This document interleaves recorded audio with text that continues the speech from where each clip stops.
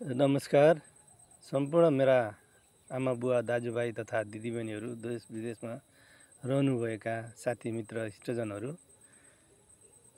यो 2022 सालको यो बडा दसैँ आज अष्टमी हो। अब यहाँ नेपालमा चाहिँ यो चाडलाई निकै मूल्यवान मानिन्छ र यहाँ सबै अहिले प्रदेशबाट घर घर आउने काम जारी नै छ र सबै घर परिवारमा रमाइरहेको अवस्था पनि हो।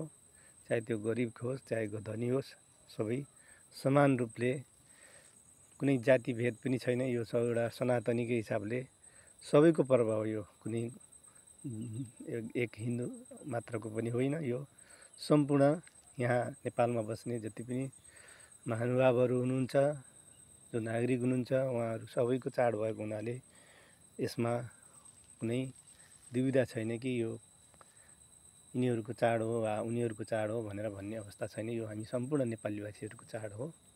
त्यसैले यसमा सबै रमाउन् र धेरै खर्च गर्नतिर भन्दा पनि आनन्द लिनेतिर लाग्यौँ र भने हाम्रा सन्ततिहरूलाई पनि आफ्नो पुरानो कल्चरको एउटा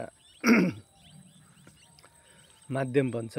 त्यसैले सम्पूर्ण मित्रहरूमा म यो आभार प्रकट गर्दै यो सफल होस्, यो दसैँले सबैको घरमा सुख शान्ति समृद्धि ल्याओस् र सबै सुखी हुनुहोस् रहनुहोस् भनी म यो शुभकामना व्यक्त गर्दछु। हस्त नमस्कार।